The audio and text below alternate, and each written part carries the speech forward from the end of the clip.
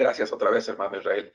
Buenos días, hermanos. Ya tuve la oportunidad de saludaros a algunos que en la medida en la que se fueron conectando, me da mucho gusto. Agradezco a mi hermano Polo que me haya considerado en una conferencia de esta naturaleza y pues felicito a la iglesia también por organizar estos eventos que espero que sean de bendición, no solamente este, sino los que sucesivamente se originen a través del tiempo. Entrando en materia, hermanos, son dos áreas importantes las que vamos a tocar el día de hoy. La primera se llama El Dios de la Biblia y la Ciencia, que es un tema que yo voy a desarrollar en los próximos 90 minutos. Quise, cuando el hermano Polo me invitó a participar, quise que en esta primera oportunidad, pues habláramos acerca de Dios, porque me parece que es una parte muy importante que si nosotros vamos a hablar de ciencia, recordemos cada uno de nosotros quién es Dios, qué es Dios. Quizás a diferencia de otras conferencias, yo voy a tocar la Biblia, voy a tocar varios aspectos interesantes e importantes. ¿Por qué hablar acerca del Dios de la Biblia y de la ciencia? Bueno, comparto el pensamiento de mi hermano Polo y me da mucho gusto, de hecho, que así ocurra. Es decir, que cada vez pues haya más personas que teniendo una profesión a nivel licenciatura o incluso maestrías o doctorados estén llegando a nuestras iglesias, pero no solamente llegándoles, estamos pudiendo pues interactuar en la vida cotidiana y en la vida diaria, y es importante entonces que nosotros como hijos de Dios tengamos un conocimiento, un fundamento bien establecido, una convicción como la que hablaba nuestro hermano Rogelio hace rato en su devocional, tal que nos permita mantenernos a nosotros firmes en la fe. Hoy en día la ciencia, de hecho la ciencia a través de la historia humana ha tenido una gran relevancia, pero a mí me parece que cada vez tiene pues un crecimiento afortunadamente bueno en todos los ámbitos del conocimiento humano y precisamente por eso es importante que nosotros toquemos temas de esta naturaleza. Aunque yo no voy a hablar de ciencia en sí, me gustaría que recordáramos qué es ciencia. Fui al diccionario y dice que ciencia es el conjunto de conocimientos estructurados sistemáticamente. Es importante que tengamos este concepto, hermanos, en nuestra mente o en nuestra cabecita, porque lo voy a estar referenciando en la medida en la que avance en la conferencia del día de hoy. Dice que la ciencia es el conjunto de conocimientos estructurados sistemáticamente, y quiero subrayar esta parte como importante, obtenidos mediante la observación de patrones regulares, de razonamientos y de experimentación en ámbitos específicos, a partir de los cuales se generan preguntas, se construyen hipótesis, se deducen principios y se elaboran leyes generales y sistemas organizados a través de un método científico. Es decir, la ciencia es algo que se va obteniendo en la medida que se va pues investigando, en la medida que se va aprendiendo, en la vida que se va experimentando. No es algo que nace hoy en la mente de una persona en sí misma, no nació de un momento a otro, es algo que se ha ido acumulando, por lo tanto es algo progresivo, es algo que puede ir creciendo, es algo que se puede ir, y por qué no, cambiando, de hecho, a través del tiempo. Al hablar de Dios, sin embargo, vamos a hablar de algo completamente distinto. Y yo quiero hablar de tres cosas, hermanos, en esta ocasión. Insisto, el título de mi conferencia se llama El Dios de la Biblia y la Ciencia. Primero que nada, quiero dejar establecido que el Dios de la Biblia está por encima de todo sabio. Voy a llevarles al libro de Isaías, capítulo 40, versículos 12 al 17. Voy a estar referenciando varios pasajes de la Biblia, hermanos, puesto que voy a hablar de Dios. No voy a hacer un análisis bíblico, pero sí me gustaría que los consideráramos. Y el primero se encuentra en Isaías capítulo 40. A ese pasaje vamos a estar regresando cotidianamente, así que yo les pido que si ustedes van a consultar una Biblia, pues lo tengan allí a la mano. Dice la palabra de Dios en Isaías capítulo 40, versículo 12, para hablar de que Dios está por encima de todo sabio. Pregunta el profeta Isaías: ¿quién midió las aguas con el hueco de su mano y los cielos con su palmo? Con 3 dedos juntó el polvo de la tierra y pesó los montes con balanza y con pesa los collados. ¿Quién enseñó al Espíritu de Jehová o le aconsejó enseñándole? ¿A quién pidió consejo para ser avisado? ¿Quién le enseñó el camino del juicio o le enseñó ciencia o le mostró la senda de la prudencia? He aquí que las naciones le son como la gota de agua que cae del cubo, y como menudo polvo en las balanzas le son estimadas. He aquí que hace desaparecer las islas como polvo. Ni el Líbano bastará para el fuego, ni todos sus animales para el sacrificio. Como nada son todas las naciones delante de él, y en su comparación serán estimadas en menos que nada y que lo que no es. Cuando nosotros leemos este pasaje de la Biblia, hermanos, podemos darnos cuenta de varias cosas interesantes. Podemos percibir que el profeta Isaías tenía en su mente algo muy claro: la inmensidad de Dios, la grandeza de Dios, el poder de Dios. Y con el propósito de que Dios sea entendido con mayor claridad, el profeta Isaías recurre a una serie de metáforas, de símiles, incluso de antropomorfismos para poder describir con mayor claridad quién es Dios. Y por ejemplo, para hablar de la inmensidad de Dios, él dice que Dios es alguien que mide las aguas con el hueco de su mano, o los cielos con su palma. O nos dice, por ejemplo, que con 3 dedos juntó el polvo de la tierra, o que las naciones le son como la gota de agua que cae del cubo. Evidentemente, nosotros no podemos pensar en Dios como un gigante monstruoso, como alguien que está de un tamaño impresionante, no. Yo creo que cada uno de nosotros tenemos en claro que cuando el profeta Isaías dice que, por ejemplo, el agua es algo muy importantística, y es la inmensidad. Es el hecho de saber que es alguien que es inmenso, que es grande, que tiene poder incluso, porque dice que él pesó los montes con balanza y con pesa los collados, o que hace desaparecer las islas como polvo. Pero en medio de todo esto, el profeta Isaías también va a destacar a Dios como alguien sabio, como alguien cuya sabiduría es perfecta. Y quiero que razonemos brevemente, hermanos, en tres preguntas que el profeta plantea, y a través de las cuales yo quiero estructurar este primer punto, que se llama que el Dios de la Biblia está por encima de todo sabio. Porque Isaías plantea una pregunta. Él dice: ¿quién enseñó al Espíritu de Jehová, o le aconsejó enseñándole? Hoy en día, hermanos, la ciencia, que abarca prácticamente todas las áreas del conocimiento, es algo que se puede asimilar a través del conocimiento humano. Sin embargo, es algo que un conocimiento, es algo que una persona en sí misma no posee, no tiene. Un científico el día de hoy no puede decir que no necesita que alguien le enseñe. De hecho, todos crecemos aprendiendo de otros que son más grandes que nosotros, más sabios que nosotros. Hoy en día, por ejemplo, si hablamos nosotros de un rey, de un presidente o de un gobernante, tiene la necesidad de rodearse de personas capacitadas en diferentes áreas, ya sea económicas, administrativas o de cualquier otra índole, según el área del conocimiento que se está abarcando, de la ciencia que se esté abarcando, y necesita que alguien le aconseje, que alguien le asesore, que alguien sea su coach o su mentor, con el propósito de que le pueda dirigir hacia un punto correcto. Sin embargo, Dios no necesita que nadie le enseñe. Dios no necesita que alguien le aconseje. Dice el profeta Isaías: ¿a quién pidió consejo para ser avisado? Y me llama la atención esta frase que utiliza el profeta Isaías, porque él pregunta: ¿acaso Dios necesita que alguien le explique para que pueda entender mejor? ¿Acaso hay algo que escapa de la comprensión de Dios y que necesita pedir información? ¿Necesita investigar? ¿Necesita ver qué han concluido otros? ¿Qué opinan otros para que entonces él pueda tener una información más completa? No es así, porque de hecho Dios no solamente es completamente sabio, Él es la fuente de la sabiduría. ¿Quién le enseñó el camino del juicio? Es decir, ¿quién le enseñó a juzgar con rectitud, o le enseñó ciencia? Esta palabra ciencia, excuso decir, no es una palabra que tenga exactamente similitud con la ciencia que yo acabo de describir hace un momento. Sin embargo, de alguna manera sí tiene que ver con ello, porque el término hebreo que se traduce como ciencia aquí habla de un conocimiento absoluto, habla de saber con certeza. Es decir, Dios, respecto a cualquier área, Él tiene un conocimiento certero, absoluto, pleno, total. Es tan perfecto y tan total que Dios no tiene necesidad que alguien le muestre la senda de la prudencia, es decir, hacer práctico.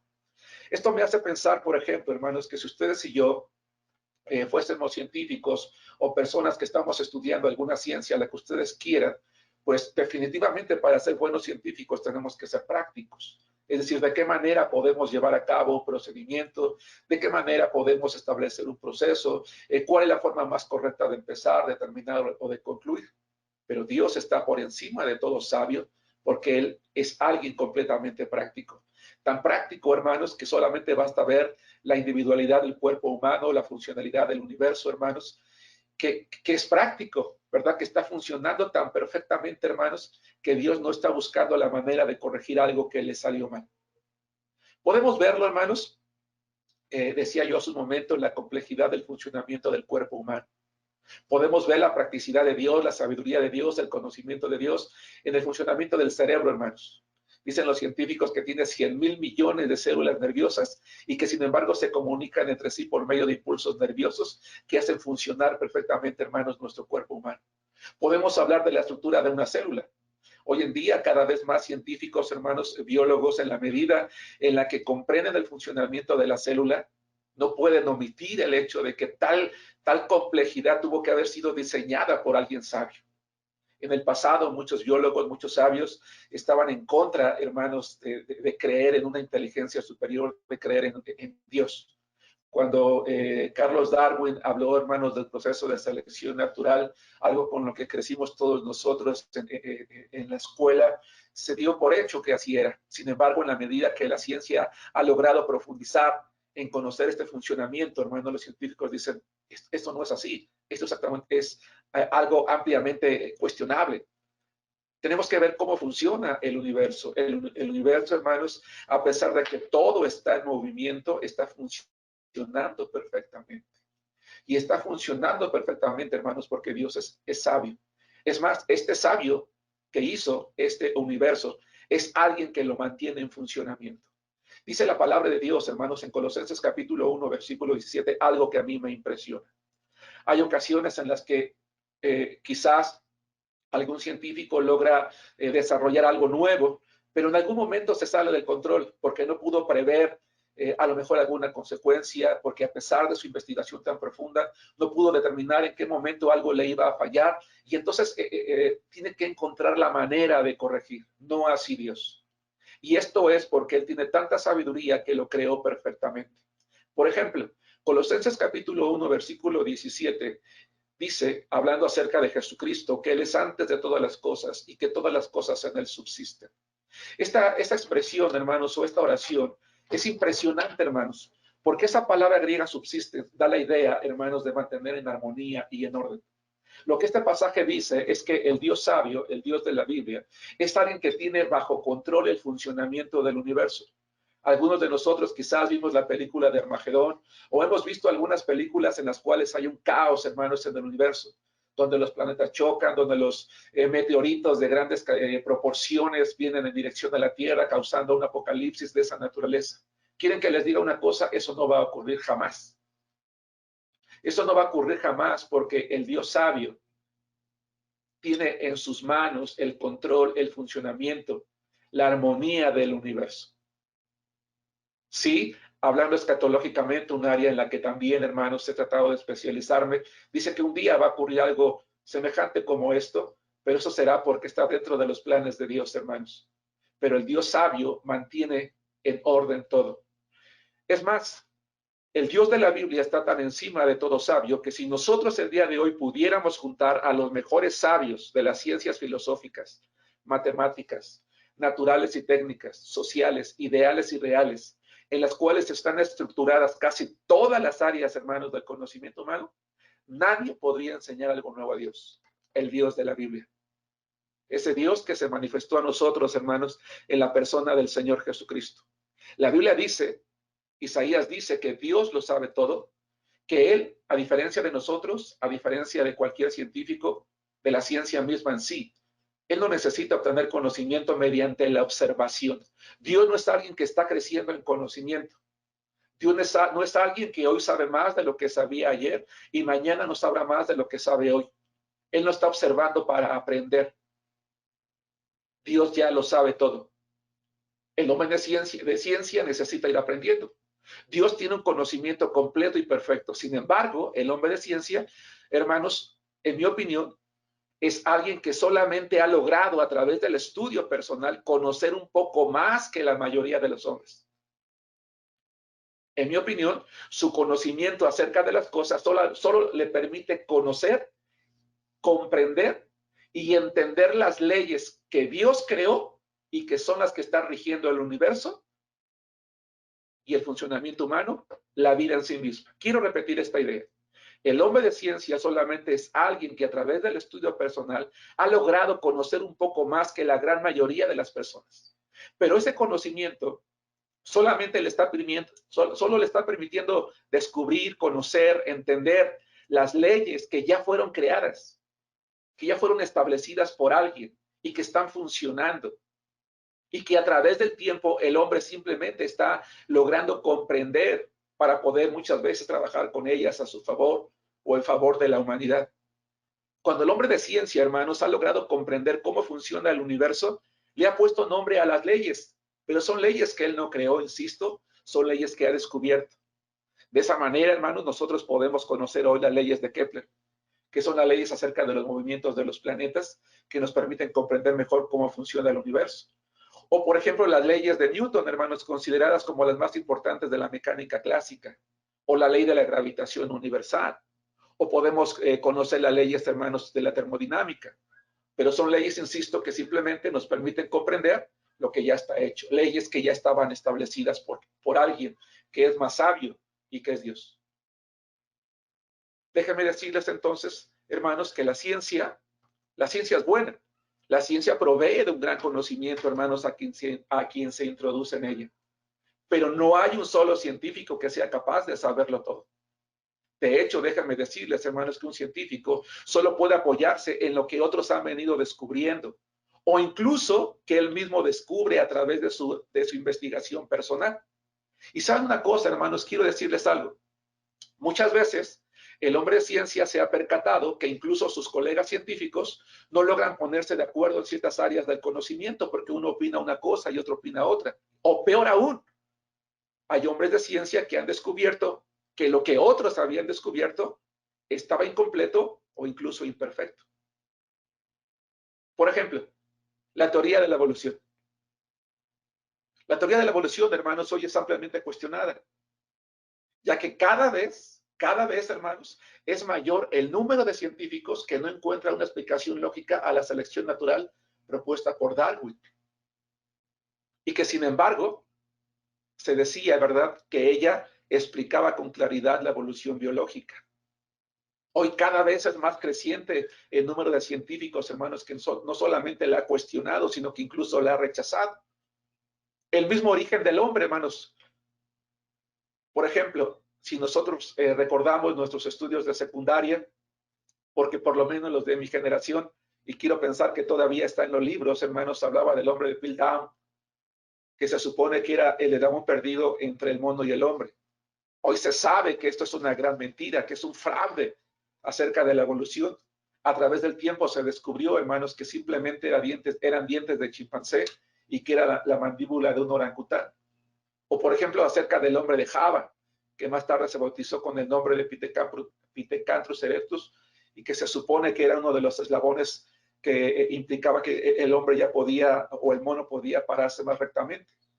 Prácticamente todos estos descubrimientos, hermanos, hoy se han echado abajo porque solamente surgieron de científicos, o me atrevería a decir pseudocientíficos, que por ganar fama, que por ganar dinero, que por ganar un lugar en la ciencia, inventaron cosas, hermanos, que hoy están descubriéndose como mentiras. De hecho, puedo decir también que un solo sabio, un solo científico, el que sea, no puede determinar algo como absoluto como Dios. Debe de recibir el consejo de muchos hombres que dominen la misma ciencia y solo después de años de investigación o de observación pueden dar un dictamen final de algo que ha descubierto. Pero Dios, por ejemplo, en 7 días creó el universo. Dios no necesita que alguien haga un descubrimiento para enseñarle a él. Dios no necesita de alguien o de los descubrimientos de otros, porque él lo conoce todo y conoce todo perfectamente. Hermanos, yo quiero decirles lo siguiente. Si tú como persona quieres admirar a alguien, admira a Dios. A mí me preocupa cómo los niños, los adolescentes que crecen en nuestras iglesias, hermanos, tan pronto llegan a la preparatoria o llegan a la universidad, se quedan extasiados y se quedan admirados de los de los maestros o de los hombres de ciencia o del conocimiento que van obteniendo. Y eso hace, hermanos, que terminen abandonando la fe. Con tristeza he visto en nuestra propia iglesia, hermanos jóvenes y señoritas, irse por esa razón, porque empiezan a admirar a las personas. Pero yo quiero decirte hoy que si tú quieres admirar a alguien, admira a Dios, al Dios de la Biblia. No te dejes impresionar por los conocimientos de los maestros o de las personas de ciencia. Sí pueden ser muchos. No te dejes impresionar por los grandes hombres de la historia, porque dice la Biblia que ellos son como nada ante el Señor. Antes de que ellos nacieran, Dios ya conocía, ya existía. Antes de que ellos aprendieran, Dios ya lo sabía todo. Y de hecho, a los hombres sabios, a los hombres de ciencia que hoy contienden con Dios, Dios les responde a través de la Biblia en el libro de Job. Les voy a leer el capítulo 38, versículo 12 en adelante. Dice Dios: ¿quién es ese que oscurece el consejo con palabras sin sabiduría? Ahora ciñe como varón tus lomos. Yo te preguntaré y tú me contestarás. ¿Dónde estabas tú cuando yo fundaba la tierra? Házmelo saber si tienes inteligencia. ¿Quién ordenó sus medidas y lo sabes? ¿O quién extendió sobre ellas cordel? ¿Sobre qué están fundadas sus bases? ¿O quién puso su piedra angular cuando alababan todas las estrellas del alba y se regocijaban todos los hijos de Dios? ¿Quién encerró con puertas el mar cuando se derramaba saliéndose de su seno? Cuando yo, dice Dios, cuando puse yo nubes por vestidura suya y por su faja oscuridad, y establecí sobre él mi decreto, le puse puertas y cerrojo, y dije: hasta aquí llegarás y no pasarás adelante, y ahí parará el orgullo de tus olas. ¿Has mandado tú a la mañana en tus días? ¿Has mostrado al alba su lugar? Dice Dios. Hermanos, todo esto que hizo Dios es algo que ningún sabio puede cambiar. Las leyes que rigen el universo, que rigen la vida, que rigen la naturaleza, no hay un sabio que las pueda cambiar. Por ejemplo, pensemos en las corrientes marinas, o que el mar salga de su curso, o las leyes que sostienen, hermanos, el funcionamiento de la tierra. Ahora bien, quiero decirles una cosa, hermanos. El conocimiento en sí mismo no es malo ni es bueno. Así que nosotros, hermanos, no debemos de calificar a la ciencia como algo malo, y mucho menos como algo del diablo, como lamentablemente muchos pastores o cristianos, hermanos, se han atrevido en algún momento de la historia antigua y reciente a calificar. No, sería un error decir esto. ¿Y saben por qué? Porque solo basta darnos cuenta, hermanos, de que la ciencia nos ha permitido aprender muchas cosas. Nos ayuda a combatir, por ejemplo, enfermedades, a tener una mejor calidad de vida. Nos hace entender la asombrosa complejidad, como por ejemplo la reproducción del ADN, las leyes de la física, la armonía de las condiciones de vida aquí en la Tierra. Dicen algunos un día en el espacio, no lo sé. Pero saben, hermanos, nosotros somos personas que no ponemos nuestra fe en la ciencia, no ponemos nuestra fe en el conocimiento humano, lo ponemos en Dios, porque Dios es la fuente de toda sabiduría, es la sabiduría misma. Podemos contar, hermanos, con la ciencia para hacer grandes cosas y tenemos que hacerlo. Tenemos que acudir a ella, tenemos que aprenderla, tenemos que conocer, tenemos que investigar. Los cristianos tenemos que interesarnos por el conocimiento. Pero lamentablemente también podemos contar con ella para producir grandes tragedias. Dolor humano, por ejemplo. Ustedes y yo estamos encerrados ahorita porque hay una enfermedad sistémica, hermanos, llamada COVID. Hay muchos que están hablando de que es una enfermedad de laboratorio y es considerada ya una enfermedad sistémica, hermanos, por la gran cantidad de órganos que ataca. Hoy se sabe que deja grandes secuelas en el cerebro, en el corazón, en los pulmones, en los bronquios, todo el sistema respiratorio. Todavía ahí no se alcanza, hermanos, a determinar las consecuencias que a mediano y largo plazo las personas, hermanos, todas las personas que están recuperándose de COVID a mediano y largo plazo van a tener serias consecuencias. Si de verdad esto fue algo que salió del laboratorio de algún hombre de ciencia, hermanos, es triste y es terrible, pero lamentablemente la ciencia también ha servido para eso. Si nosotros ponemos nuestra fe en la ciencia, entonces nosotros vamos a depender de lo que es imperfecto, lo limitado del hombre o incluso en la maldad humana. Pero si lo hacemos en Dios, dependemos de su inmensidad, de su poder y de su sabiduría perfecta. Estudiar ciencia es bueno porque Dios es sabio.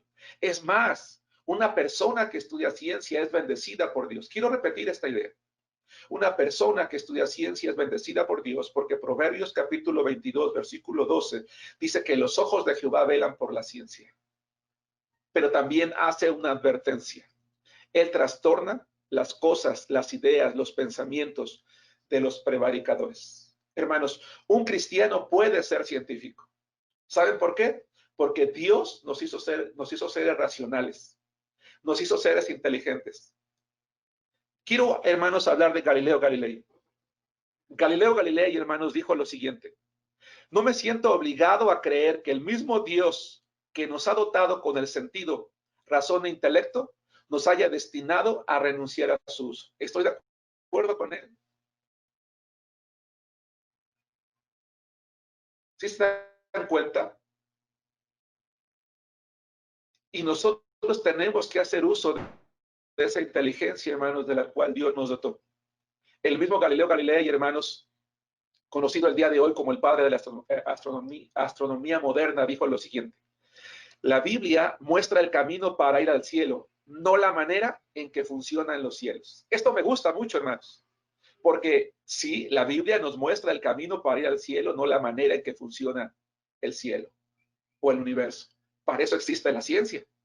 Y entonces investigar cómo funciona, hermanos, nos corresponde a nosotros. Para eso existe la ciencia. Y Dios velará sobre nosotros si nosotros deseamos saber más, pero para alabarlo más. Dios nos bendecirá, hermanos, si estudiamos más y aprendemos ciencias y conocemos ciencia, para que en la medida en la que seamos más sabios, lo alabemos a Él. No para endurecer nuestro corazón, no para ser necios ante la realidad de la existencia de Dios. Cuando un sabio, cuando el hombre de ciencia reconoce que hay alguien más sabio que él, refiriéndose a Dios, el Señor le ilumina, porque dice la Biblia que Dios vela por la ciencia. Repito esta idea. Cuando el hombre de ciencia reconoce que hay alguien más sabio que él, porque estamos diciendo que el Dios de la Biblia está por encima de cualquier sabio, refiriéndose a él como Dios, Dios le ilumina para aprender más y le ayuda no solamente a aprender más, le ayuda a encontrar plenitud en la vida. ¿Sabían ustedes, hermanos, que una persona puede encontrar plenitud de vida también en el conocimiento? Claro que sí, porque descubres la grandeza de Dios. Hermanos, el filósofo matemático Blaise Pascal dijo lo siguiente: en el corazón de todo hombre existe un vacío que tiene la forma de Dios. Este vacío no puede ser llenado por ninguna cosa creada. Puede ser llenado únicamente por Dios, quien se dio a conocer a nosotros en la persona de Jesucristo. Hermanos, ¿por qué grandes hombres de ciencia como Pascal, como Galileo Galilei han hecho declaraciones como estas? Porque ellos entienden que Dios está por encima incluso de ellos mismos. Hermanos, el cristiano que desea ser sabio en el conocimiento humano, que quiere estudiar ciencia, lo primero que debe de hacer es orar. Y debe de orar para aquel que está por encima de todo sabio le enseñe. ¿Sabían ustedes que esto es lo que hacía Isaac Newton? Isaac Newton, hermanos, es el padre de la física. ¿Sabían ustedes que Isaac Newton escribió más libros de teología que de ciencia? Yo acabo de decir esto. El cristiano que desea ser sabio en el conocimiento humano, que quiere estudiar ciencia, debe de orar para que aquel que está por encima de cualquier sabio le enseñe. Newton escribió lo siguiente: todos mis descubrimientos han sido respuestas a mis oraciones. Todos mis descubrimientos han sido respuestas a mis oraciones. Tomo mi telescopio y veo el espacio, lo que se encuentra a millones de kilómetros de distancia. Sin embargo, entro a mi habitación y por medio de la oración puedo acercarme más a Dios y al cielo que si contara con todos los telescopios que hay en la tierra. Hermanos, el cristiano debe de aceptar, debe de aprender y debe de abrazar la ciencia. Pero aquella que busca la verdad y que da lugar a Dios. Pero me atrevo a decir lo siguiente: debe de rechazar todo aquello o a todos aquellos que colocan el conocimiento humano por encima del divino. Aquellos que a sí mismos pretenden igualarse a Dios solo porque han logrado conocer un poquito más. Hace algunos años, hermanos, tuve la oportunidad de dar una conferencia acerca de la clonación. Cuando se había logrado la clonación, hermanos, una de las primeras declaraciones que hizo la comunidad científica fue la siguiente: hoy somos dioses. No necesitamos a Dios, lo rechazamos completamente. Ellos solamente habían logrado conocer un poco más, hermanos. Esos son el tipo de cosas que nosotros debemos de rechazar. Pero quiero reafirmar lo que dice la Biblia. Los ojos de Jehová velan por la ciencia. Si nosotros en lugar de utilizar la ciencia y en lugar de utilizar el conocimiento para orar a Dios como lo hacía Newton, para amarlo más como hacía Galileo Galilei, para llenar nuestro vacío como lo hacía Blaise Pascal, entonces Dios, en lugar de bendecir, nos va a trastornar, dice la Biblia, las ideas, los pensamientos, los objetivos de los prevaricadores. Job 5:13 dice que prende a los sabios en la astucia de ellos y frustra los designios de los perversos. 1 Corintios 1:18 dice que la palabra de la cruz es locura a los que se pierden, pero a los que se salvan, esos a nosotros es poder de Dios. Pues escrito está: destruiré la sabiduría de los sabios y desecharé el entendimiento de los entendidos, dice Dios. Hermanos, Dios nos hizo seres racionales y nos bendice si usamos la inteligencia para descubrir su grandeza, para extender su reino, si no olvidamos que Él está por encima de toda ciencia. La segunda cosa que yo quiero dejar establecida en esta mañana, en esta conferencia, el Dios de la Biblia y la ciencia, es que Dios está por encima de todo Dios y de todo hombre. Quiero regresar a nuestro pasaje de Isaías capítulo 40, hermanos. Ahora voy a ubicarme en el versículo 18 en adelante. Esta porción de la Biblia dice lo siguiente: ¿A qué pues harán semejante a Dios? ¿O qué imagen le compondrán? El artífice prepara la imagen de talla, el platero le extiende el oro y le funde cadenas de plata. El pobre escoge para ofrecerle madera que no se apolille. Se busca un maestro sabio que le haga una imagen de talla que no se mueva. ¿No saben? ¿No han oído? Nunca se los han dicho desde el principio. No dice el profeta, no han sido enseñados desde que la tierra se fundó. Él, refiriéndose a Dios, está sentado sobre el círculo de la tierra, cuyos moradores son como langostas. Él extiende los cielos como una cortina, los despliega como una tienda para morar. Él convierte en nada a los poderosos, a los que gobiernan la tierra hace como cosa vana. Como si nunca hubieran sido plantados, como si nunca hubieran sido sembrados, como si nunca su tronco hubiera tenido raíz en la tierra. Tan pronto como soplan ellos se secan y el torbellino los lleva como hojarasca. ¿A qué pues me harán semejante o me compararán? Dice Dios, dice el Santo. Hermanos, haciendo un poquito de historia bíblica, nos remontamos al huerto del Edén y nos damos cuenta, hermanos, de que una vez que Adán y Eva pecaron, una vez de que el hombre pecó, a partir de él, todos sus descendientes han pretendido una cosa, hermanos, o cuando menos la gran mayoría: desplazar a Dios de su lugar. Lamentablemente, hermanos, por generaciones el ser humano ha demostrado ser muy inteligente para aprender muchas cosas, para dominar muchas ciencias, pero ha sido muy torpe para entender y o aceptar la realidad de la existencia de Dios, el Dios de la Biblia. Solamente basta estudiar, hermanos, a las grandes culturas de la historia. Hermanos, investiguemos la cultura babilónica. Tenía un panteón de por lo menos 50 dioses. Investiguemos la cultura medo-persa, la china, la egipcia, la griega, la romana. Todas ellas han fallado en aceptar la existencia de un solo Dios. ¿Saben qué han preferido? Han preferido adorar a una gran multitud de dioses. Han preferido deificar a sus propios faraones, a sus propios reyes, a sus propios gobernantes. El ser humano, cuando no está satisfecho con un Dios, no tiene ningún problema en hacerse uno propio, en inventar uno más, o el tomar el de otra cultura y hacerlo propio. A través de la historia, hermanos, el ser humano, no solamente el ser humano común, el hombre de ciencia ha rechazado a Dios. Y saben, en mi opinión, no ha sido por torpeza. No ha sido por desconocimiento, ha sido por la dureza de su corazón. Pero Dios, el Dios de la Biblia, está por encima de todo Dios y está por encima de todo hombre. Y a esos hombres, dice Dios en Romanos capítulo 1, versículo 18, que la ira de Dios se revela desde el cielo contra toda impiedad e injusticia de los hombres que detienen con injusticia la verdad. Hermanos, a mí me preocupa cuando nuestros jovencitos llegan a la preparatoria o llegan a la universidad, porque hay maestros, hermanos, que abiertamente retan a esos jóvenes que son cristianos para burlarse de ellos.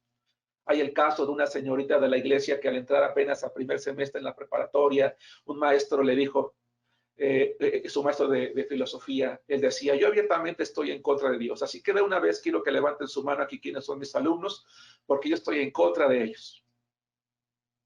Y aquí yo los voy a evidenciar abiertamente para que vean que ustedes, ¿verdad?, están en una mentira y que son tontos. Y yo le pregunté a esta señorita, oye, ¿y cuál fue la reacción de tus compañeros? Dice, por la verdad todos nos quedamos sacados de onda. Dice, y en la medida en la que yo he platicado con mi maestro y me he opuesto a lo que él dice, más insiste en querer humillarme, en querer decir que no es verdad lo que yo digo. Y aunque hay otros compañeros en el salón que también son cristianos, dice, han preferido mejor callarse para no ser evidenciados. Hay muchos hombres que detienen con injusticia, hermanos, la verdad. Y sin embargo, no la ignoran. Su corazón es duro. Porque lo que de Dios se conoce les es manifiesto, dice la Biblia, porque Dios se lo manifestó. Las cosas invisibles de Él, de Dios, su eterno poder y deidad, se hacen claramente visibles desde la creación del mundo, siendo entendidas por medio de las cosas, de modo que no tienen excusa. Pues habiendo conocido a Dios, dice la Escritura, y eso es algo que a mí me llama la atención, no le glorificaron como a Dios, ni le dieron gracias, sino que se envanecieron en sus razonamientos, como estos hombres de los cuales hablaba yo hace un momento, cuando daba la conferencia hace unos años de clonación. Somos dioses, ¿para qué queremos a Dios? Y dice la Biblia que su necio corazón fue entenebrecido. Profesando ser sabios, se hicieron necios y cambiaron la gloria del Dios incorruptible en semejanza de imagen de hombre corruptible, de aves, de cuadrúpedos y de reptiles, por lo cual también Dios los entregó a la inmundicia en las concupiscencias de sus corazones, de modo que deshonraron entre sí sus propios cuerpos, ya que cambiaron la verdad de Dios por la mentira, honrando y dando culto a las criaturas o a sus creaciones antes que al Creador, el cual es bendito por los siglos, dice Pablo. Amén. Hermanos, si nosotros hablamos de las características religiosas de las naciones o de las culturas que yo hablaba hace un momento, podemos fácilmente darnos cuenta que la edad moderna no ha cambiado. El ser humano de hoy, el científico de hoy, sigue adorando una multitud de supuestos santos, de supuestos dioses, y solamente un pequeño número de personas en el mundo hemos decidido creer, hermanos, en el Dios vivo, en el Dios de la Biblia. El profeta Isaías dice que el hombre en su ignorancia es capaz de tomar un tronco de un árbol y pagarle a alguien que le haga una imagen y se postre a adorar. Es triste como hoy en día la gente se postra ante cualquier cosa y la llama a Dios. Ya en la época de Isaías había figuras de barro, de yeso, de oro, de plata, de piedra, etcétera, que ni siquiera, dice la Biblia, tienen la capacidad de moverse, de escuchar o de hablar como Dios. Y sin embargo, el hombre racional e inteligente se postra ante ellas para adorarlas. Pero Dios está por encima de todo Dios, está por encima de todo hombre, porque incluso Él está sentado sobre el círculo de la tierra.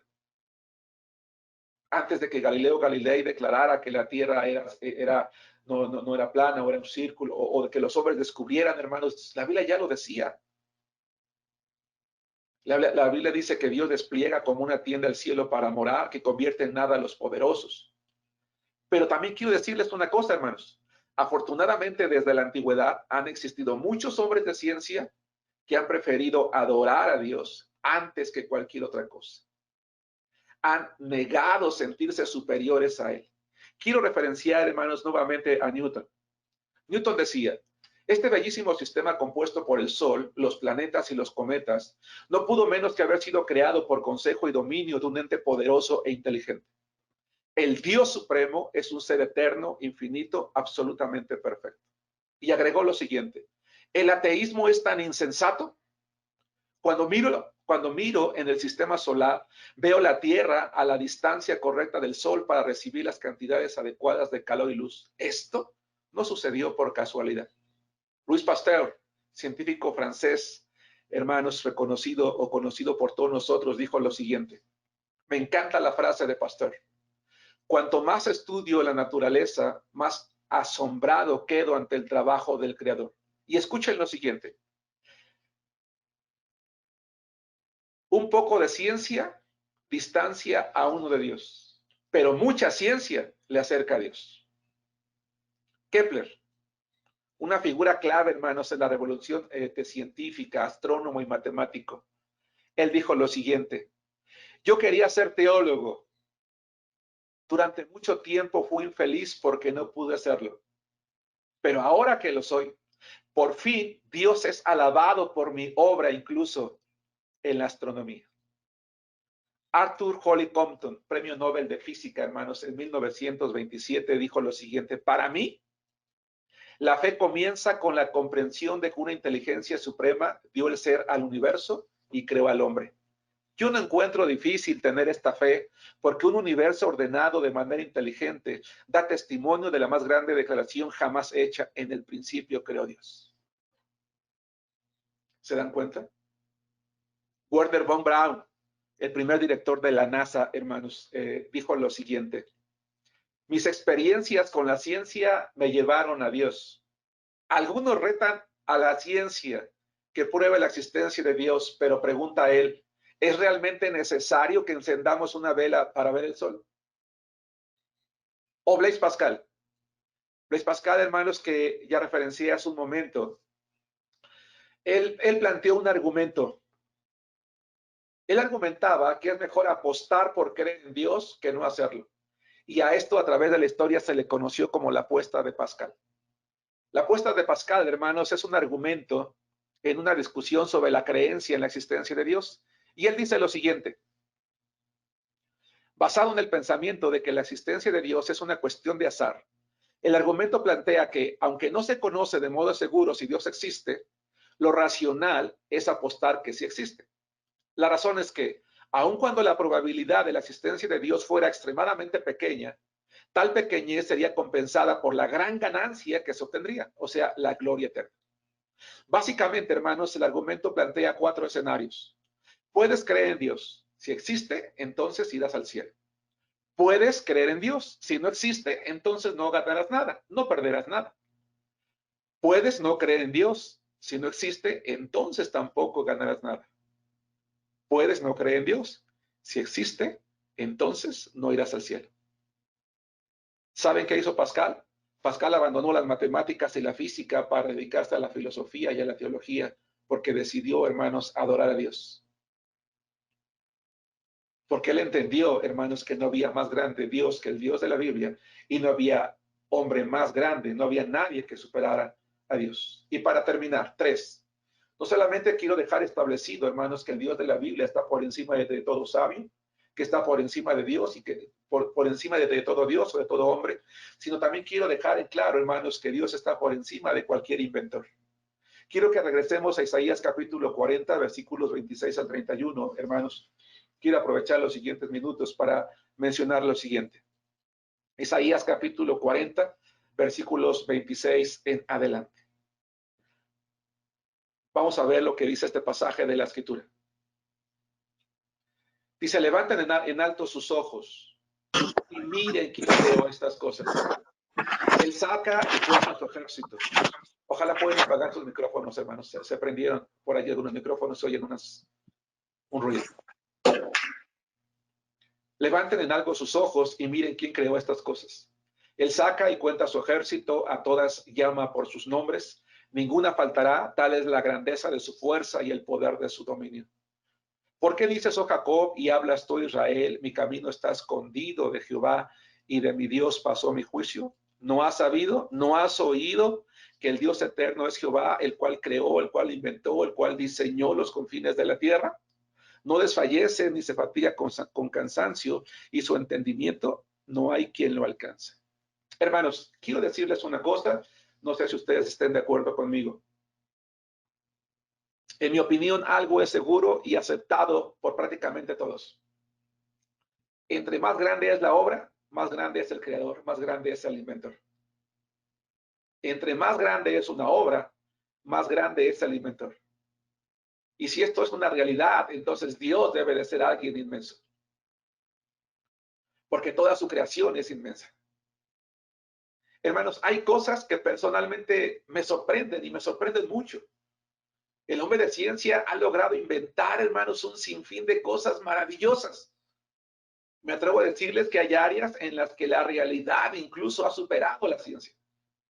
Apenas el día de ayer, hermanos, ayer y antier, se dio a conocer, hermanos, este proyecto Neuralink. No sé si ustedes lo escucharon.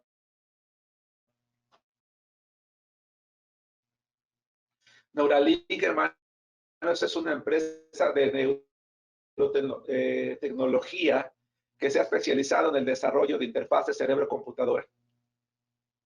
Y son implantables, hermanos, en el cerebro humano, el cerebro humano computadora, para que a través de un chip se pueda introducir este conocimiento, hermanos, en el cerebro humano. Esto es impresionante.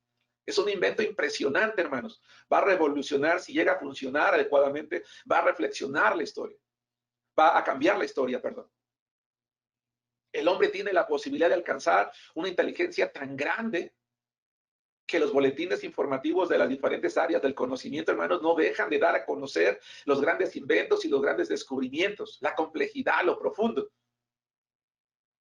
Lamentablemente, como dije hace un momento, hay muchos inventores que se sienten dioses, que no tienen la necesidad de algún dios en particular, porque son capaces ya de crear muchas cosas. Sin embargo, hermanos, en mi opinión, quiero decir lo siguiente.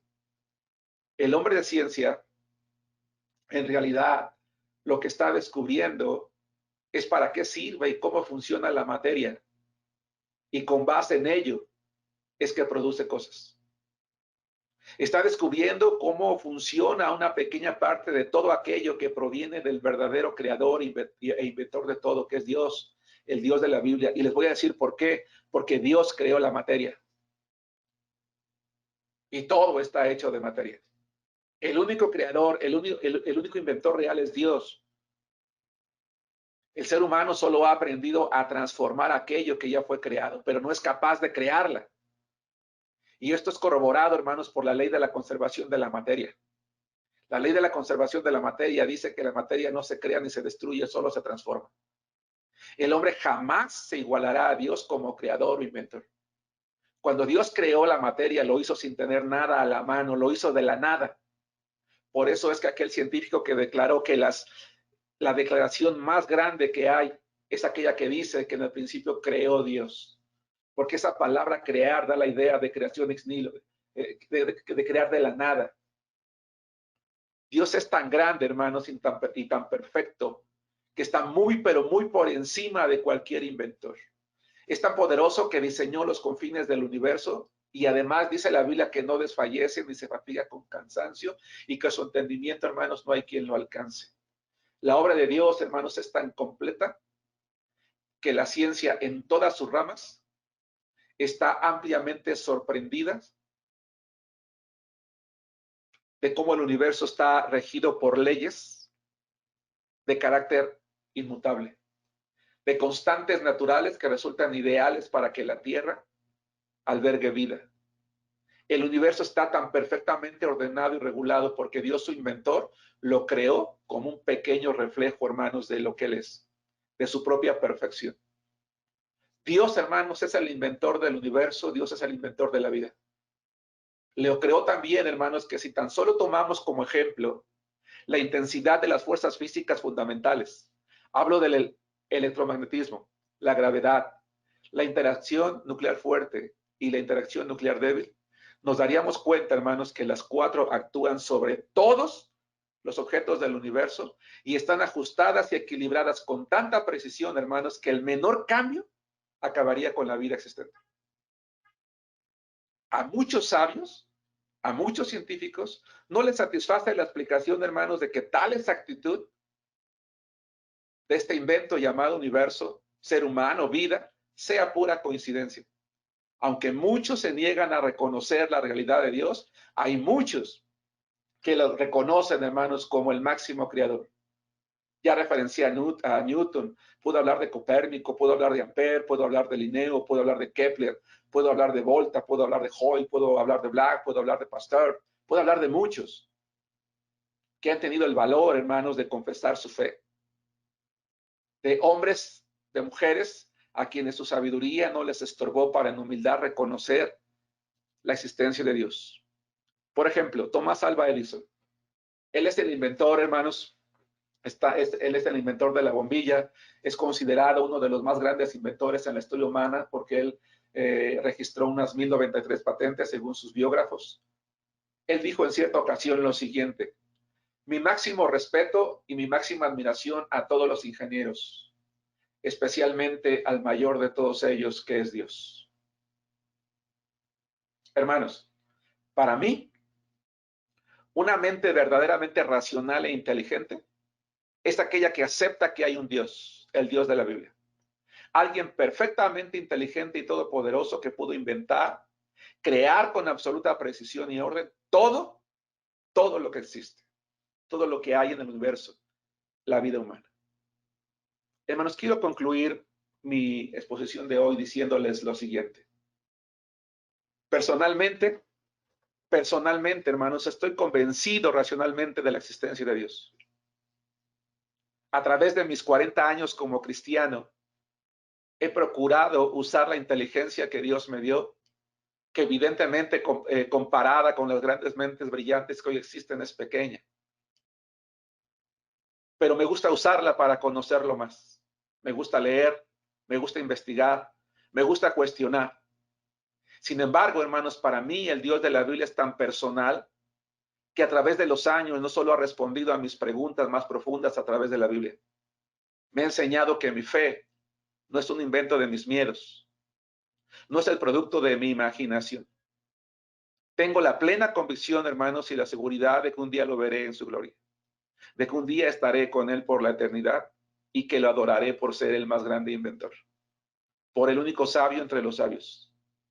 Y sé que muchos sabios y muchos científicos y muchos grandes hombres estarán allí conmigo. Estaremos allá con él, adorándole por lo que él es, el Dios de la Biblia que está por encima de cualquiera. Hermanos, gracias por estar aquí. Una bendición para todos. De verdad que quiero hacer una invitación. Hay alguien entre los que estamos aquí participando de esta conferencia que aún no ha creído en Cristo. Yo te invito a creer en Cristo. Y si habemos puros creyentes, entonces yo te invito a consagrarte a Dios, al Dios de la Biblia. Hermanos, un abrazo para todos. Cedo el micrófono a mi hermano Israel, que va a tomar el tiempo.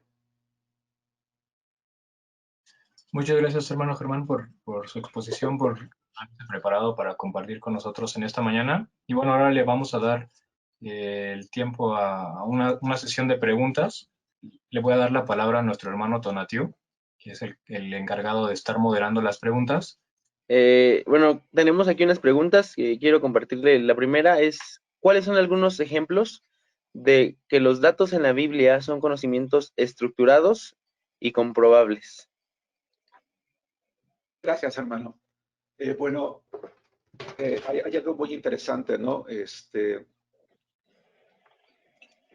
Hoy en día hay muchos científicos que han cuestionado la Biblia, y creo yo que una de las cosas que más se han cuestionado han sido, por ejemplo, los milagros de Dios, o los milagros de los cuales se habla la Biblia. En el pasado se ha cuestionado, por ejemplo, si el Mar Rojo se pudo abrir, si las murallas de Jericó se pudieron derrumbar, y han experimentado incluso, hermanos, y han comprobado que cada uno de esos eventos se pudo llevar a cabo, pudo realmente existir.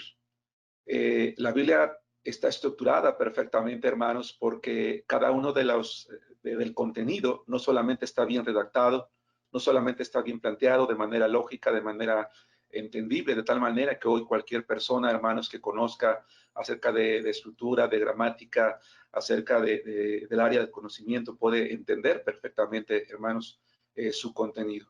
Está también estructurado, que incluso hay algunos profesores a nivel preparatoria, sobre todo, que en áreas como filosofía, como lectura y redacción, utilizan la Biblia, hermanos, para pedir a los alumnos que investiguen ciertas cosas. Me parece que la Biblia, como cualquier libro, hermanos, que ha sido escrito por alguien respetable, es un libro que tiene una muy buena estructura, hermanos, en todos los sentidos, que es ampliamente comprensible por cualquier persona que puede acercarse a ella y que puede leerla.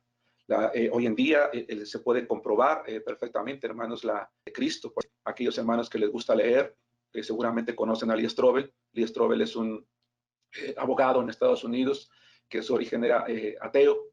Tenía un problema él, su esposa se convirtió a Dios, a él le molestaba, y él además era periodista de un diario allá en Estados Unidos y se propuso investigar acerca de Dios para comprobar a su esposa que era una mentira en lo cual ella creía. Para ello se propuso leer la Biblia, no solamente quedó impresionado de su estructura, viajó a través del mundo para consultar a científicos de muchas áreas del conocimiento y pudo percatarse de cómo realmente, hermanos, era comprobable lo que la Biblia dice. Y tanto que él se convirtió, hermanos, a Cristo, y hoy es uno de los más grandes defensores, hermanos, del conocimiento de Dios. Ok, muchas gracias, hermano, por la respuesta, y creo que terminó muy bien porque la siguiente pregunta habla un poco acerca de lo que decía. Dice la siguiente pregunta: estadísticamente, o si hay algún dato o algún dato duro que se pueda tener, ¿en qué área de la ciencia los científicos han pasado del evolucionismo al creacionismo? Bueno, ya lo comentaba yo hace rato, que la teoría de la evolución es más, ustedes pueden entrar a Google y fácilmente van a encontrar una gran cantidad de artículos en los cuales, hermanos, en YouTube hay un video que se llama Dios y la ciencia, que habla de una gran cantidad de biólogos que al estar investigando simplemente el funcionamiento de la célula. Sí, hermanos, la célula es algo tan complejo, ¿sí? Que los científicos que la han investigado se dan cuenta, hermanos, que su estructura, que su funcionamiento, que sus conexiones son perfectas, que su origen tuvo que no puede ser producto. ¿En qué momento la selección natural determinó ese funcionamiento? ¿En qué momento la selección natural determinó desarrollar el cerebro humano, la vista, el intelecto y todo lo que tiene que ver, hermanos, con la vida misma? Sí, es cierto, todavía hay muchos exponentes a favor de la evolución, pero cada vez, afortunadamente, son menos y cada vez son más los que se inclinan a favor del creacionismo. Es más, hace rato hablaba yo de Newton, hablaba de Kepler, hablaba de Galileo Galilei, hablaba de muchos científicos que hoy, ¿verdad? Hoy nosotros conocemos, hemos estudiado de ellos y que quizás en su tiempo esa teoría no existía, pero que ya entendían, hermanos, la realidad de Dios. Insisto, yo les invito a buscar allí en Google, hay muy buena información al respecto. Creo que afortunadamente, hermanos, para nosotros es algo que hoy está plenamente documentado. Hablaba yo acerca, por ejemplo, del fraude del hombre de Piltdown, del hombre de Java, del hombre de Pekín. Todos esos, hermanos, hoy son fraudes. Es más, quizás en otra conferencia podré hablar acerca de cómo Dios tenía razón en la Biblia. El apóstol Pablo dice que Dios de una sola sangre ha hecho al hombre. Hoy la ciencia está comprobando que efectivamente el hombre fue creado de un solo origen.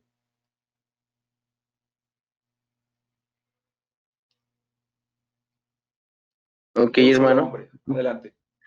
Gracias. Bueno, la siguiente pregunta dice: ¿cómo analizar, estudiar y defender la ciencia real en la Biblia si hay datos que con la ciencia humana parecieran erróneos? Por ejemplo, el nacimiento virginal de Jesús. Bueno, primero que nada, lo que tenemos que comprender es que la Biblia no es un libro de ciencia. Eso es algo muy importante. La Biblia no es un libro de ciencia. Ya decía Galileo Galilei, ¿no? Que la Biblia nos dice cómo ir al cielo, pero no nos dice cómo funcionan los cielos. Eso tenemos que investigarlo nosotros. Para eso existe la ciencia. Ahora, hablar de algo que parece erróneo, como es el nacimiento de Cristo, en realidad no es algo erróneo. Dice, leía yo hace rato en mi conferencia que la palabra de la cruz es locura para los que se pierden. La Biblia es un libro que nos llama a tener fe.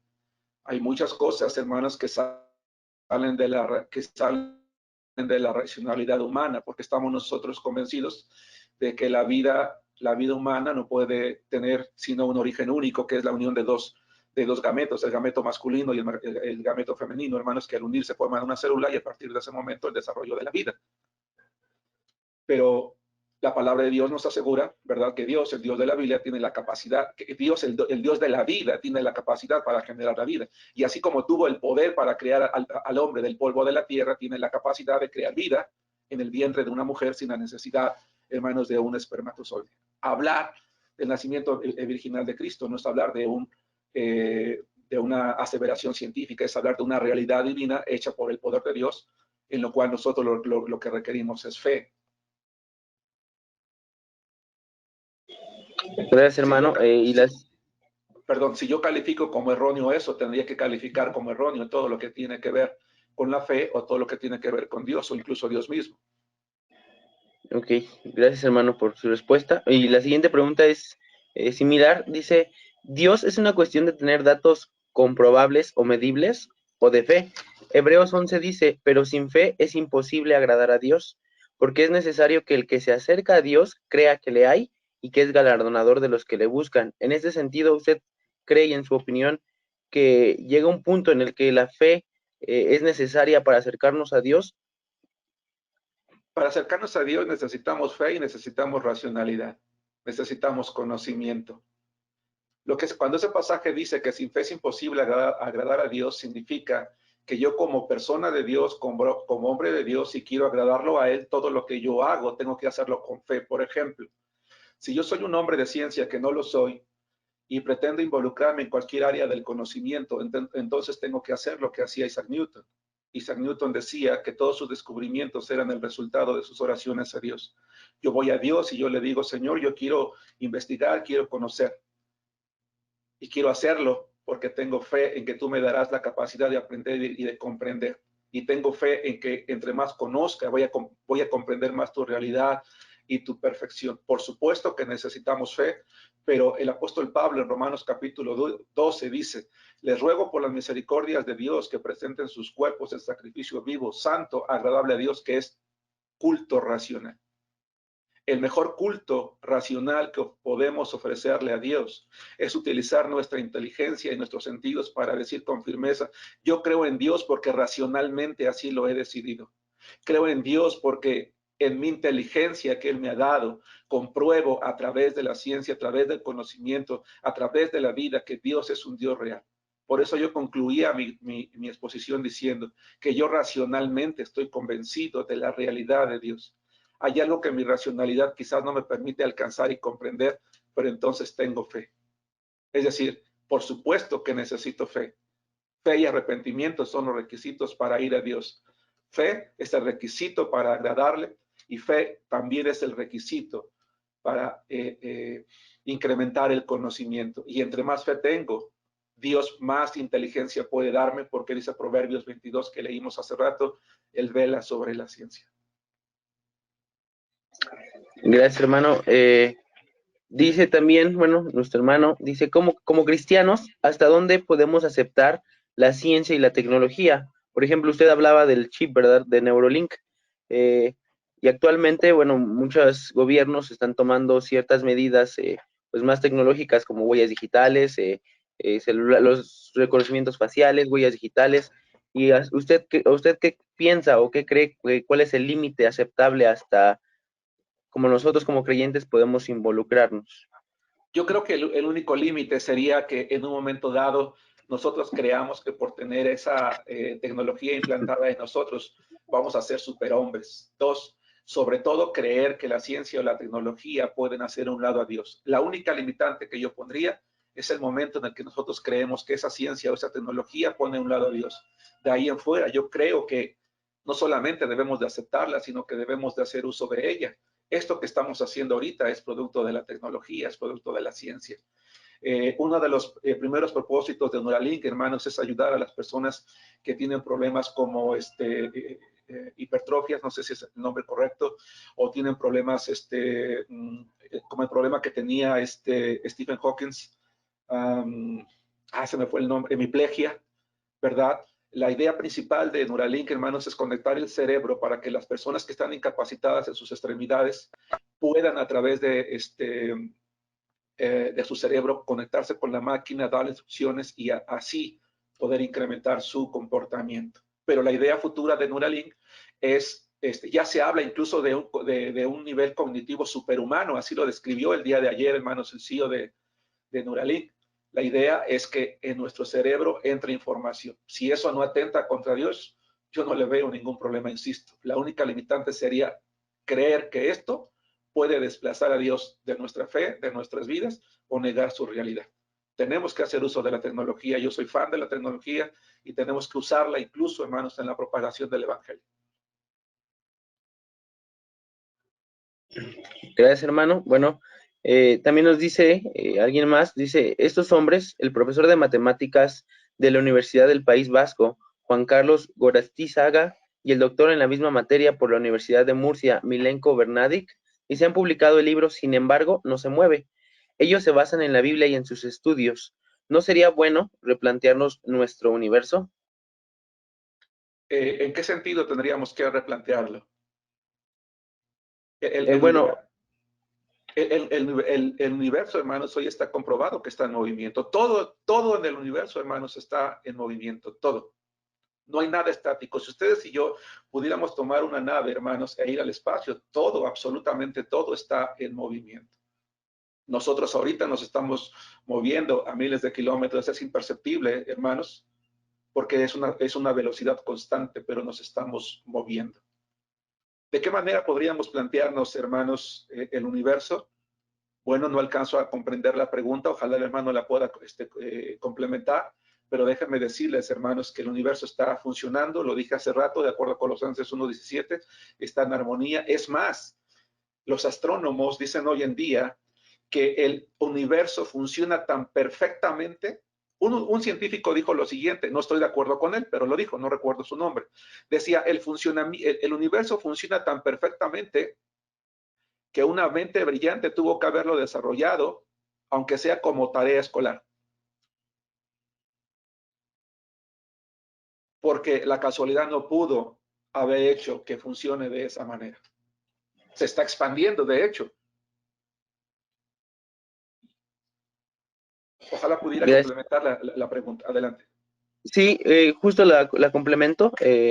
Bueno, el hermano toma unos versículos del libro de Crónicas, el primer libro de Crónicas, 16:30, y dice, el Señor reina revestido de esplendor, el Señor se ha revestido de grandeza y ha desplegado su poder, ha establecido el mundo con firmeza, jamás será removido, dice el Salmo 93, por lo que dice, por lo que toma estos pasajes y él nos dice, ¿verdad? ¿Por qué no decir que la tierra no se mueve, pues estática? Ok. Bueno, cuando el autor de Crónicas, Esdras, dice que no será removida, se refiere a que no será quitada de su lugar. Hace rato leía Job 38 y en Job 38 dice la Biblia que Dios estableció las bases, el fundamento para que la tierra no se caiga. En realidad, hermanos, la fuerza de gravedad no permite que la tierra se caiga porque está atraída por el sol. No sé si ustedes se han dado cuenta, hermanos, el movimiento de la tierra sobre el sol es elíptico. Si nosotros, hermanos, tenemos aquí el sol y tenemos la tierra girando, está girando de manera elíptica. ¿Por qué está haciendo ese movimiento? Llega un momento, hermanos, en que la tierra está girando alrededor del sol y hay un punto en el que empieza a caer. La tierra, en realidad, hay un momento en que empieza a caer, pero en el momento en que, cuando está más alejada del sol, empieza a caer. Sin embargo, hermanos, el sol la atrae completamente y la regresa. Por eso, hermanos, es un movimiento elíptico, porque se aleja, empieza a caer, el sol la trae como centro, la vuelve a acercar, vuelve a acercarse y hace ese movimiento. El movimiento de rotación y el movimiento de traslación Es algo que Dios estableció, hermanos, como el fundamento para que la tierra no caiga al vacío. Y por eso le dio esta fuerza de gravedad al Sol, y por eso los planetas giran alrededor del Sol, y por eso todos los planetas, hermanos, están en ese movimiento. No va a caer, no nos vamos a ir al espacio. Entonces, repito, Esdras dice, no será removida porque no va a ser caída. No va a perder. Esdras tiene una inclinación de 18.5 grados de inclinación. Esa inclinación de 18.5 grados, hermanos, es para que pueda ocurrir la primavera, el verano, el otoño y el invierno. Porque si la posición de la Tierra fuera completamente vertical, no podrían ocurrir las estaciones del año. Y ocurrió así porque Dios estableció sus bases. Es en ese sentido que no va a ser removida. La Tierra está en movimiento. Si no estuviera en movimiento, hermanos, entonces el movimiento de rotación y de traslación no existirían, y entonces en una parte del mundo, ¿verdad? No habría oscuridad, no habría luz, y las 4 estaciones del año no sucederían, hermanos. Si nos damos cuenta, por eso es que no es lógico pensar en que la Tierra no se mueve. Tiene la necesidad de moverse para que haya vida. Ok, gracias, hermano. Y bueno, este hermano sigue con como esta duda y dice, bueno, el científico Augusto Picard, que me atrevo a decir que está a la altura de Einstein, dijo lo siguiente de la Tierra después de haberse elevado en las alturas. Parece un disco plano, con los bordes levantados, ¿por qué no investigar sobre esto? Y dice Josué 10, del 12 al 13, Sol, detente en Gabaón, y tú, luna, en el valle de Ajalón, y el sol se detuvo y la luna se paró, hasta que la gente se hubo vengado de sus enemigos. ¿No está escrito en el libro de Jacer, y el sol se paró en medio de los cielos, y no se apresuró a ponerse casi un día entero? Este pasaje que sería más exacto en un modelo de tierra plana, y no porque Dios no pueda detener el movimiento del universo, pero aún el modelo del universo para los hebreos y muchas culturas era tierra plana, y ahora nuestro modelo heliocéntrico está basado más que nada en la NASA, aun cuando sabemos que, bueno, según este hermano, muchos de sus datos son falsos. Sí, Y dice Giordano Bruno, quien fue fraile, también se declaró a sí mismo un hechicero, y bueno, hasta ahí se acortó la pregunta, no alcanzó a decir más, pero... Bueno, algo en lo que concuerdo es que efectivamente la Tierra no es un círculo perfecto. Lo que le permite verse como un círculo perfecto es la atmósfera. Porque efectivamente, si nosotros salimos al espacio, nos vamos a dar cuenta que ese círculo es imperfecto por las montañas, por los valles. Lo que, insisto, le da el efecto de círculo, que de hecho no es un círculo como tal, es más bien como una especie de huevo, es la atmósfera. El hecho de que el Sol y la Luna se hayan detenido no es sino una muestra, hermanos, de algo maravilloso que es el poder de Dios. Si nosotros investigamos, hermanos, las leyes que rigen el universo, el hecho de que el Sol se detuviera y por lo tanto la Luna también, hizo que Dios tomara el control, hermanos, de la naturaleza. Porque si nosotros realmente el día de hoy, el Sol como tal, se detuviera, o la Luna, hermanos, las olas del mar, hermanos, tomarían medidas inmensas, saldrían de su cauce, de ese límite que Dios les estableció. Habría una catástrofe realmente en la tierra. En ese momento Dios demostró su poder, hermanos, sobre la creación, y es la comprobación de lo que dice Colosenses. Dios lo tiene en perfecta armonía y en control. Porque si Dios es el que puso las leyes, entonces Dios las puede regular o las puede alterar, pero es algo que solamente Dios puede hacer. Pero eso definitivamente no me parece que compruebe que la Tierra es plana, porque históricamente cuando se creía eso, hermanos, hoy se tienen suficientes instrumentos como para ver que no lo es, afortunadamente. No solamente información de la NASA, hay muchos países que han ido al espacio y que pueden comprobar la realidad, hermanos, de que no es así. Bueno, hermano, creo que son todas las preguntas que teníamos, entonces es el tiempo de continuar. Adelante, hermanos, pues muchas gracias. Gracias, hermano Polo, gracias, hermanos, por el tiempo. El hermano Leopoldo tiene una pregunta o comentario, no sé si va a hacerlo por ahí. A ver, espero que se escuche bien. Creo que el hermano que está preguntando está confundiendo dos cosas. Uno, lo que se llama como el argumento de la Tierra plana, y el otro es dónde está colocado el centro del universo. Son dos, o del sistema solar, son dos discusiones diferentes, ¿sí? Primero, solo quiero decirles la cuestión del sistema solar, en dónde ponemos el centro. Si lo ponemos o en un sistema que se llama geocéntrico, que ponemos el centro, la Tierra como el centro de todo, o ponemos el Sol como el centro de todo.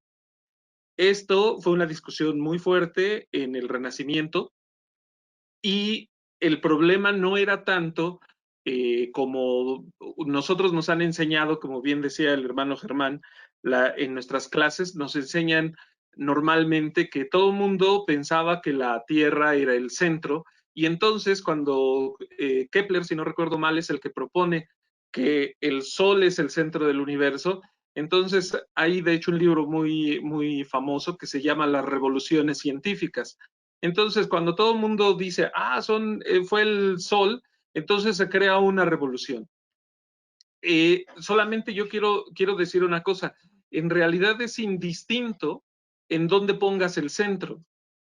Para cuestiones prácticas, lo único que se propuso fue a partir de dónde se hacen los cálculos para ver las trayectorias. Una vez que yo decido tener la Tierra en el centro, existe un libro que se llama El Almagesto, por ahí de un griego, no sé si es del siglo II después del Señor Jesucristo, en el cual describe todos los epiciclos. ¿Había material para describir ese movimiento? Sí lo había. El problema es que era demasiado complicado. Ahora, cuando se coloca el Sol en el centro, que por cierto Kepler también era cristiano, Kepler coloca el Sol en el centro, y para describir los movimientos de los astros con respecto al Sol es muchísimo más sencillo. De hecho, el movimiento se reduce a descubrir lo que se llama, o describe este movimiento, una ecuación diferencial, ¿sí? Y de hecho, si nos vamos hacia el universo, en realidad el centro del universo lo podemos poner en cualquier sitio. Lo único que necesitamos es que nuestras cuentas cuadren bien. ¿Cuál es el problema? Que si yo lo pongo, al igual que como era la cuestión con el sistema solar o el geocéntrico, si yo pongo el Sol en el centro o pongo la Tierra en el centro, tendré un problema muy grave a la hora de los cálculos. El libro al que hace referencia el hermano, el de "Y sin embargo no se mueve", es toda una discusión de dos o tres, si no recuerdo, uno es físico, el otro es matemático, con respecto a eso, y ellos dicen, pues se puede hacer que la Tierra esté en el centro.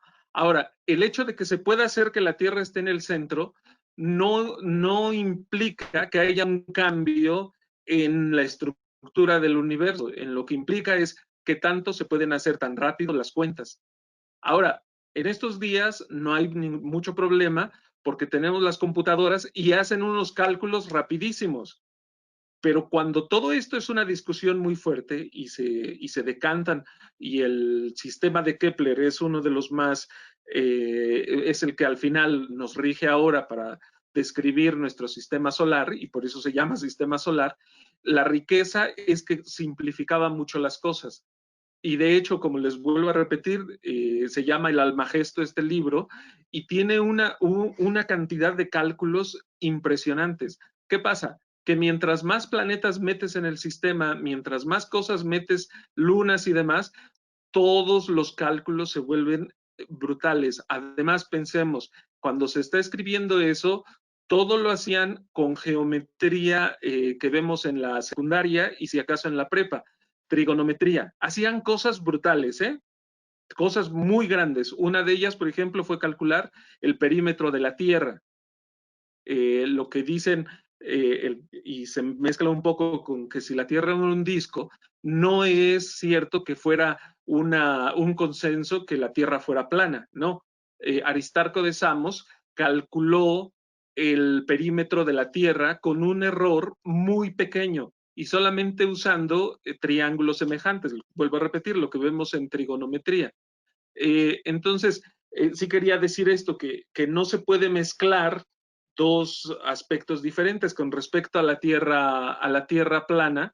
La única, si no recuerdo mal, la única demostración de que la Tierra es plana, es redonda, es a través de los satélites.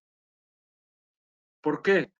Porque ustedes pueden poner, por ejemplo, que en lugar de una esfera fuera una dona. Y montan todo el mapa y sería exactamente igual, ¿sí?